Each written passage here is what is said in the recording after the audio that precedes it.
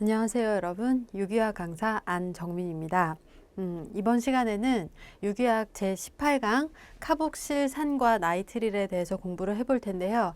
이 카르복실산과 나이트릴은 일단 첫 번째 시간을 통해서 카복실 그룹을 한 번 더 소개하고요. 그 다음에 카복실산과 나이트릴의 명명 그리고 구조와 특징에 대해서 알아보도록 하겠습니다. 카르복실 그룹은 우리가 알데하이드와 키톤 챕터를 배웠기 때문에 여러분들이 잘 알고 계시겠지만 그 중에 이번 시간에 다룰 그 화합물들은 크게 카르복실산과 나이트릴이라고 했으니까 이 두 화합물이 유사한 메커니즘에 반응을 하는구나 라고 생각할 수 있겠죠. 여기 카복실산 그리고 나이트릴 그룹 카르복실산은 카보닐기 옆에 OH가 붙어있는 산성 물질이고요. 그리고 나이트릴은 탄소와 질소가 삼중 결합하고 있는 사이아나이드 또는 나이트릴이라고 불리는 작용기를 가진 화합물들이 되겠습니다.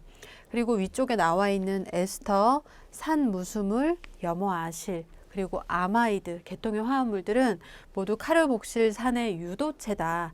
카르복실산과 유사한 특징을 가지고 전체적으로 비슷한 거동을 하는 그런 유도체 화합물들이다 라고 해서 다음 챕터에서 전체적으로 다루게 될 테고요. 이번 챕터에서는 크게 아래쪽에 있는 두 가지 화합물에 대해서 얘기를 하도록 하겠습니다. 일단 카르복실산 화합물은 R 카복실산의 OH 구조를 가지고 있으니까 이 앞쪽을 알킬 그룹 전체 치환기로 생각을 해서 알킬 그리고 뭐뭐 애시드라고 명명을 해주시면 됩니다. 뭐 알킬에 여기 탄소가 하나 더 추가되어 있으니까 왼쪽에 탄소 수를 모두 세어서 뭐뭐뭐 애시드라고 명명을 하시면 되고요. 주로 알케인 형태를 가지고 있으면 이를 떨어뜨리면서 뭐뭐뭐 오익 또는 뭐뭐뭐 익 애시드라고 명명을 하게 됩니다. 그래서 아래쪽에 예를 좀 살펴보시면 간단한 구조로 나타냈는데 알데하이드 때와 마찬가지로 카르복실산은 카보닐 탄소 이외에 옆자리에 OH가 있으니까 항상 카보닐 탄소가 1번으로 명명을 해주면 되겠죠.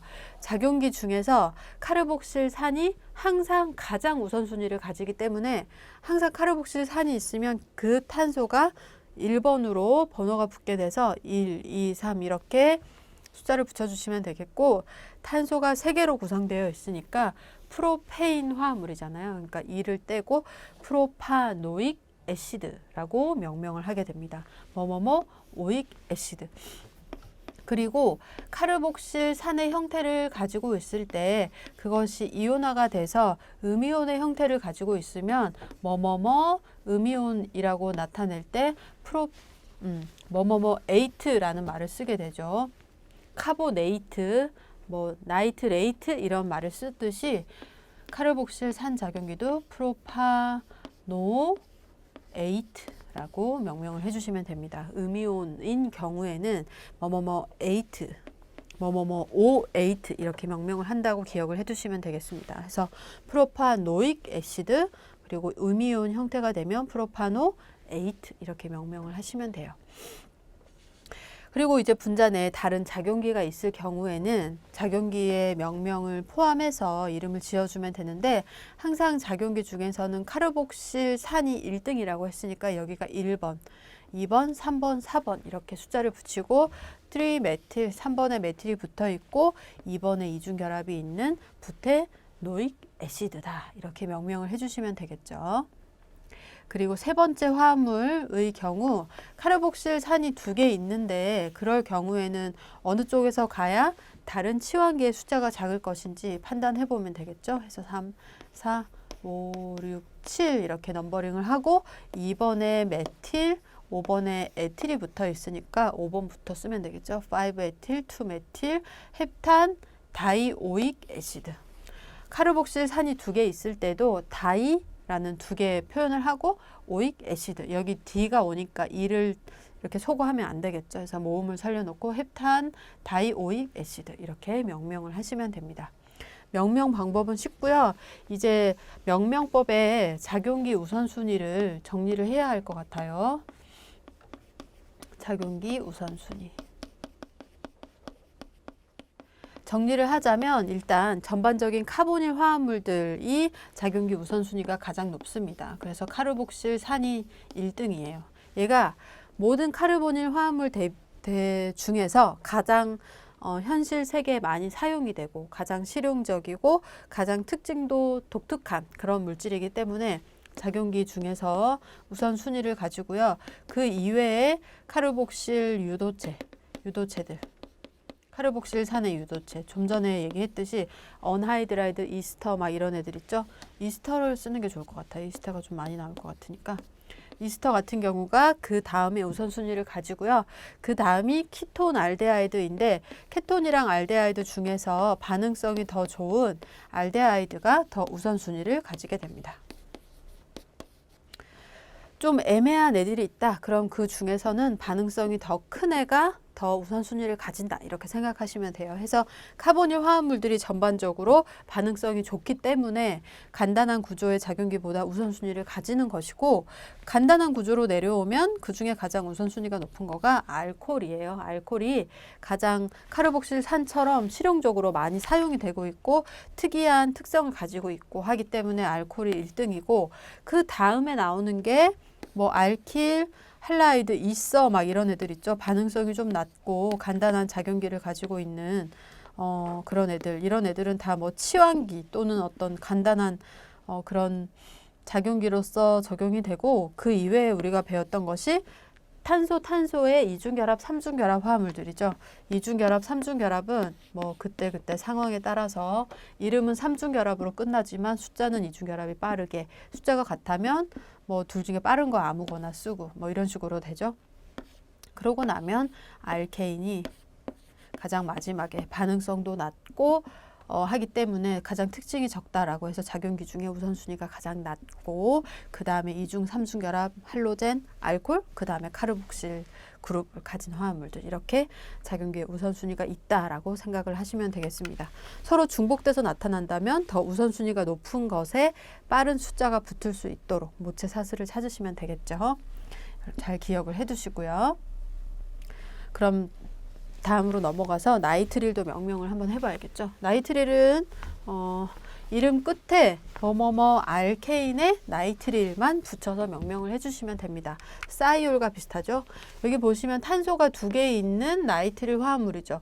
뭐 1번, 2번 이렇게 숫자를 붙일 테고 항상 1번에 있는 걸 아니까 숫자를 안 써도 되고 에탄, 나이트릴 이렇게 아이유팩 명명법으로 해주시면 되고 아세토나이트릴이라는 거는 관용명으로 많이 사용되는 이름이에요.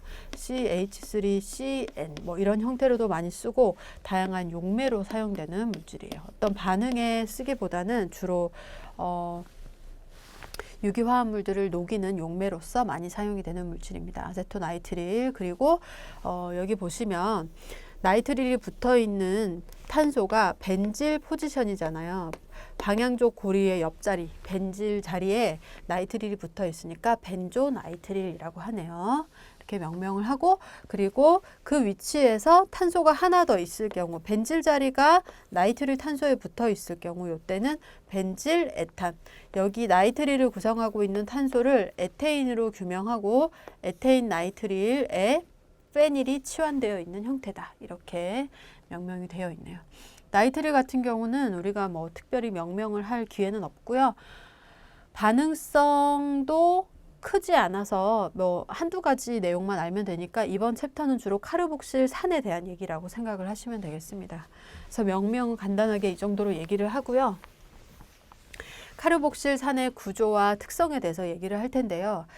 카르복실산은 카르보닐 그룹을 구성하고 있는 탄소가 sp2 혼성을 하고 있죠. 그리고 산소도 마찬가지로 sp2 혼성을 하고 있기 때문에 이것은 공명 구조를 가질 수가 있어요. 보시면 아래쪽에 폴믹 애시드의 구조가 나와 있는데요. 우리가 이렇게 탄소 옆에 카보닐에 수소가 붙어 있으면 그걸 포르밀 그룹이라고 했죠. 그래서 이것을 폴믹 애시드라고 부르게 되는데 폴믹 애시드의 구조예요. 보시면 카보닐 그룹은 항상 편극이 심하게 되어 있죠. 탄소는 델타 플러스, 산소는 델타 마이너스 상태로 편극되어 있고 이중결합 전자도 산소가 가져갔다가 뭐 줬다가 뭐 이런 식으로 편극되어 있는 것을 공명 구조로 확인할 수가 있는데 그 구조를 그려보면 다음과 같아요. 탄소가 플러스고 산소가 마이너스인 형태. 이렇게 되고 나면 옆에 헤테로 원자가 없다면 케톤이나 알데하이드 같은 경우는 여기서 멈췄지만 카르복실산은 산소가 옆에 있으니까 산소는 비공유 전자쌍을 가지고 있으니까 그것을 넘겨주면서 공명 구조를 하나 더 그릴 수가 있어요. 그려봤더니 위쪽 카보닐 산소가 마이너스, 아래쪽 산소가 플러스인 구조를 가질 수 있고 이 구조는 첫 번째로 우리가 그려놓은 형태보다는 공명 기여도가 낮지만 그 중에서 옥텐 룰을 모두 만족하는 건 오른쪽 형태니까 실제 구조가 분극이 되어 있는 형태를 가진다면 오른쪽과 같은 분극을 조금 더 가지고 있을 가능성이 높다라고 생각을 하시면 돼요. 그래서 이렇게 공명에 의한 전자 비편재 현상이 나타나는 그런 중요한 특징을 가지고 있다라고 생각을 하시면 되겠습니다. 그래서 여기 나타나 있듯이 탄소와 산소의 이중결합의 결합 길이가 120, 단일 결합이 134라고 했을 때 실제 카복실산의 탄소, 산소의 결합은 결합 길이가 이 중간 정도로 나타나게 되고 그리고 본드 앵글 같은 경우도 마치 여기 탄소가 단일 결합인 것처럼 나타나기도 하는 중요한 특징을 가지고 있다. 이렇게 생각을 하시면 되겠습니다. 뭐 본드 앵글은 크게 달라지지 않겠지만 어쨌든 본드 길이는 단일 결합의 캐릭터를 많이 살리고 있기 때문에 단일 결합처럼 조금 일반적인 이중결합에 비해서 길게 나타난다. 이렇게 기억을 해두시면 됩니다.